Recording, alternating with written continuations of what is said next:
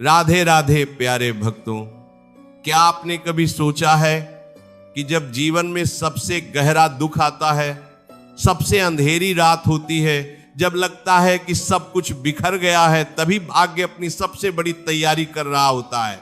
जी हां दोस्तों, दुख में ही भाग्य चमकता है।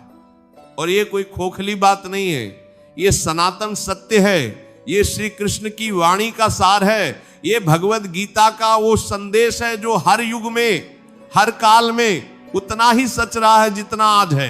आज हम एक ऐसी कथा की बात करेंगे जो पुराणों के पन्नों में लिखी है, जो युगों युगों से मनुष्य को यही सिखाती आई है कि जब जीवन टूटता है तभी परमात्मा उसे नया रूप देने के लिए तैयार होता है। महाभारत के समय की बात है। युद्ध से पहले जब पांडव अज्ञातवास में थे, जब उनके पास न राज्य था, न सेना थी, न वैभव था, तब उनमें से एक थे युधिष्ठिर, धर्मराज कहलाते थे, सत्य के पुजारी थे। लेकिन उस समय उनके जीवन में इतना अंधेरा था कि किसी को भी विश्वास नहीं होता था कि यही व्यक्ति एक दिन इस भरतखंड का सबसे महान सम्राट बनेगा। अपमान था, वनवास था, दुर्योधन की हंसी थी, कर्ण के व्यंग्य थे, हर तरफ से टूटन थी। और उसी टूटन में श्री कृष्ण ने अर्जुन से कहा था, नैनम छिन्नन्ति शस्त्राणि नैनम दहति पावकः। ये आत्मा न शस्त्र से कट सकती है, न अग्नि से जल सकती है। तुम्हारे दुख तुम्हें मिटा नहीं सकते, वो तुम्हें तराश रहे हैं। प्यारे भक्तों, सोचिए जरा, जब सोना बनता है तो उसे आग में तपाना पड़ता है, जब हीरा बनता है तो उसे जमीन के सबसे गहरे दबाव में रहना पड़ता है, और जब मनुष्य महान बनता है तो उसे जीवन की सबसे कठिन परिस्थितियों से गुजरना पड़ता है। भागवत पुराण में एक अद्भुत प्रसंग है। ये कथा है राजा परीक्षित की। राजा परीक्षित को एक ऋषि के पुत्र ने श्राप दिया था कि 7 दिनों में तक्षक नाग उन्हें डस लेगा और उनकी मृत्यु हो जाएगी। अब सोचिए, एक राजा जिसके पास सारा वैभव है, सारी सत्ता है, सारी सेना है, उसे पता चल जाए कि 7 दिनों में उसकी मृत्यु निश्चित है। उस दुख को, उस भय को, उस पीड़ा को शब्दों में बयां करना असंभव है। लेकिन परीक्षित ने क्या किया? वो टूटे नहीं, वो भाग्य नहीं। उन्होंने अपना राज्य, अपना वैभव, अपना सिंहासन सब त्याग दिया और गंगा के तट पर जाकर बैठ गए। और वहां उन्होंने सुखदेव मुनि से भागवत कथा सुनी। वो 7 दिन जो मृत्यु की प्रतीक्षा के दिन थे, वो 7 दिन ऐसे बन गए कि परीक्षित मोक्ष को प्राप्त हो गए। दोस्तों, दुख ने परीक्षित को नष्ट नहीं किया, दुख ने परीक्षित को ईश्वर तक पहुंचा दिया। यही तो श्री कृष्ण कहते हैं। गीता के 8वें अध्याय में कृष्ण कहते हैं, अंत काले च मामेव स्मरण मुक्त्वा कलेवरम। जो अंत समय में मुझे याद करता है वो मुझे ही पाता है। लेकिन भक्तों, आत्मंदनालाज परा का अत्तुमंदनाला का काम करपू कुकु का हो। लेकिन भक्तों, ये सिर्फ मृत्यु की बात नहीं है। हर दुख एक अंत है, हर तकलीफ एक पुराने जीवन का अंत है। और जो उस अंत में भी ईश्वर को याद करता है, वो नया जन्म लेता है उसी देह में, उसी जीवन में। जब हम दुख में होते हैं तो हम ईश्वर से सवाल पूछते हैं। हम कहते हैं, हे भगवान, मैंने क्या किया, मेरे साथ ही क्यों? लेकिन प्यारे भक्तों, ये सवाल ही तो वो दरवाजा है जिससे ईश्वर के पास जाने का रास्ता खुलता है। जिस दिन आप ये सवाल पूछते हैं, उसी दिन से आपकी आध्यात्मिक यात्रा शुरू होती है। पुराणों में एक और अद्भुत कथा है राजा हरिश्चंद्र की। हरिश्चंद्र सत्यवादी थे, धर्मपरायण थे। उनके जीवन में सब कुछ था, यश था, वैभव था, सुंदर पत्नी शैव्या थी, प्यारा पुत्र रोहिताश्व था। लेकिन ठुष्य विश्वामित्र की परीक्षा ने सब कुछ छीन लिया। राज्य गया, धन गया, पत्नी और पुत्र को बेचना पड़ा, खुद को भी बेचना पड़ा, शमशान में काम करना पड़ा। इससे बड़ा दुख और क्या हो सकता है? एक राजा जो कभी सोने के सिंहासन पर बैठता था, आज श्मशान में लाशों की देखभाल करता है। उसके अपने पुत्र की लाश आती है, और उसे उसका दाह संस्कार करने के लिए भी कर मांगना पड़ता है।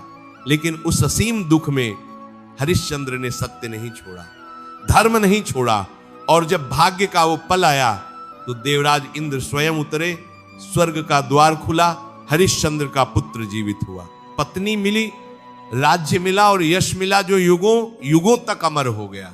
भक्तों, हरिश्चंद्र की यह कथा सिर्फ एक कहानी नहीं है, यह जीवन का सबसे बड़ा सत्य है। दुख परीक्षा है और परीक्षा में जो टिके रहते हैं उन्हें ही पुरस्कार मिलता है। अब बात करते हैं हमारे जीवन की। आप में से कितने लोग ऐसे हैं जिन्होंने किसी ऐसे दौर को जिया है जब लगा बस अब और नहीं, जब रिश्ते टूटे, जब भरोसा टूटा, जब जिस इंसान से सबसे ज्यादा उम्मीद थी उसी ने सबसे गहरा घाव दिया, जब मेहनत के बावजूद सफलता नहीं मिली, जब हर तरफ से दरवाजे बंद हो गए, उन पलों में श्री कृष्ण की एक बात याद रखिए। गीता के 3 अध्याय में कृष्ण कहते हैं, नियतम कुरु कर्म त्वम कर्म जायो हे कर्मण। अपना नियत कर्म करो, क्योंकि कर्म न करने से कर्म करना बेहतर है। दोस्तों, जब दुख आए तो रुकना नहीं, थकना नहीं, बल्कि अपना काम जारी रखना। और यहां एक बहुत जरूरी बात है, जब दुख आता है तो हम अक्सर 2 गलतियां करते हैं। पहली गलती, हम दुख को अपनी पहचान बना लेते हैं। हम कहते हैं मैं बर्बाद हो गया, मेरी किस्मत ही खराब है। और दूसरी गलती, हम दूसरों को दोष देने में इतने व्यस्त हो जाते हैं कि खुद के भीतर झांकना भूल जाते हैं। लेकिन श्री कृष्ण का संदेश इन दोनों से परे है। वो कहते हैं दुख तुम्हारी पहचान नहीं है, दुख तुम्हारा शिक्षक है, और जो इस शिक्षक से सीखता है वही आगे बढ़ता है। पुराणों में एक और अद्भुत रसंग है देवासुर संग्राम का। जब देवता और असुर मिलकर समुद्र मंथन कर रहे थे तो सबसे पहले क्या निकला? विष, हलाहल विष, जो इतना भयंकर था कि उससे संपूर्ण सृष्टि का नाश हो सकता था। देवता घबरा गए, सारी मेहनत, सारा परिश्रम, और पहले निकला विष। क्या तब उन्होंने मंथन रोक दिया? नहीं।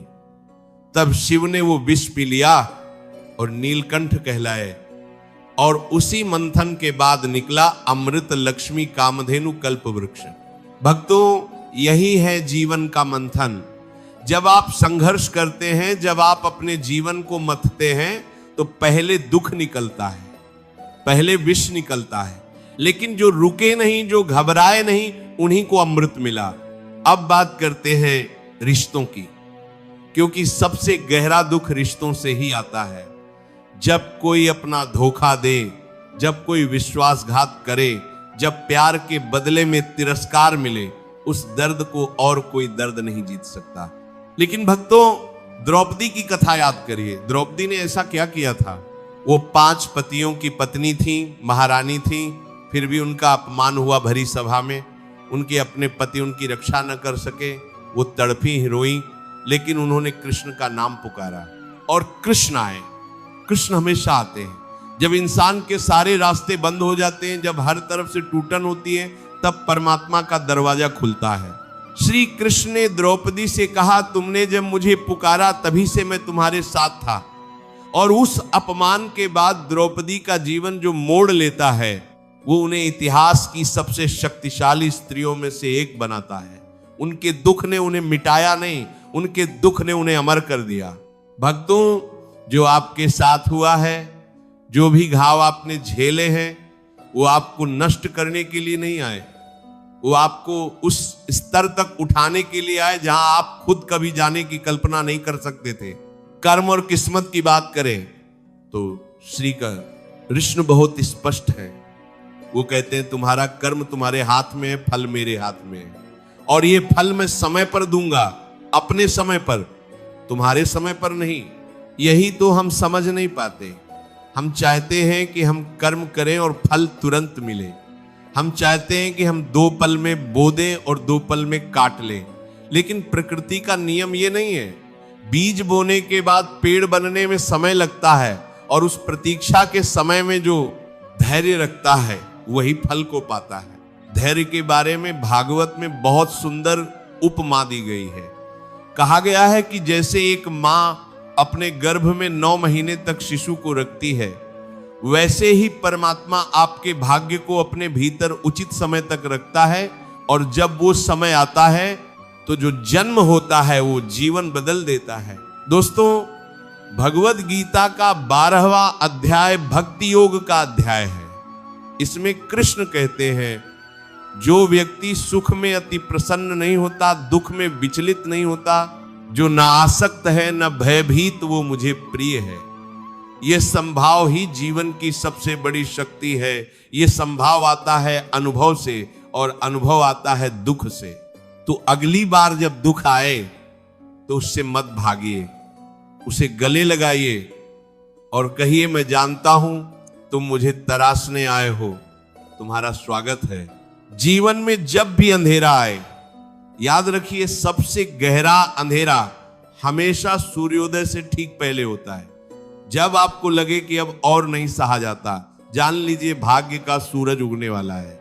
राजा परीक्षित का वो श्राप उनका उद्धार बन गया, हरिश्चंद्र का वो दुख उनकी अमरता बन गया, द्रौपदी का वो अपमान उनकी शक्ति बन गया, समुद्र का वो विश्व सृष्टि की रक्षा बन गया, और आपका दुख आपकी महानता बनने वाला है। बस एक काम कीजिए, रुकिए मत, टूटिए मत, कृष्ण को पुकारिए, अपना कर्म जारी रखिए और उस परम सत्ता पर भरोसा रखिए जो हर क्षण आपके साथ है, आपके भीतर है, आपकी हर सांस में। श्री कृष्ण कहते हैं, ये ही संस्पर्श जा भोगा दुह खयो न एवते। जो सुख बाहरी संपर्क से आता है वो दुख का ही एक रूप है। असली सुख भीतर है, आत्मा में है, उस परमात्मा में है जो सदा तुम्हारे साथ है। तो प्यारे भक्तों, आज से एक प्रण लीजिए, दुख आए तो टूटना नहीं, दुख आए तो भागना नहीं, दुख आए तो कृष्ण को याद करना, और ये जानना कि इसी दुख की कोख से आपका सबसे सुनहरा कल जन्म ले रहा है, क्योंकि दुख में ही भाग्य चमकता है। प्यारे भक्तों, अगर इस वीडियो ने आपके दिल को छुआ हो, अगर कृष्ण की इन बातों ने आपको कुछ महसूस कराया हो, अगर आपको भी लगता हो कि दुख के बाद ही असली रोशनी आती है, तो अभी कमेंट बॉक्स में लिखिए राधे राधे, और बताइए कि आपके जीवन में किस दुख ने आपको सबसे ज्यादा मजबूत बनाया। आपकी एक राधे राधे से न सिर्फ इस चैनल को शक्ति मिलती है, बल्कि उन हजारों भक्तों को भी हिम्मत मिलती है जो अभी किसी कठिन दौर से गुजर रहे हैं। आपका एक कमेंट किसी के जीवन में उम्मीद की किरण बन सकता है। और अगर आप चाहते हैं कि कृष्ण के ऐसे अमृत वचन आपके पास हमेशा आते रहें, तो अभी इस चैनल को सब्सक्राइब करिए और घंटी दबाना मत भूलिए, ताकि हर नया वीडियो सबसे पहले आप तक पहुंचे। जीवन में चाहे जितना भी अंधेरा हो, कृष्ण की ज्योति कभी बुझती नहीं। आप अकेले नहीं हैं, परमात्मा हर पल आपके साथ है। राधे राधे, जय श्री कृष्ण।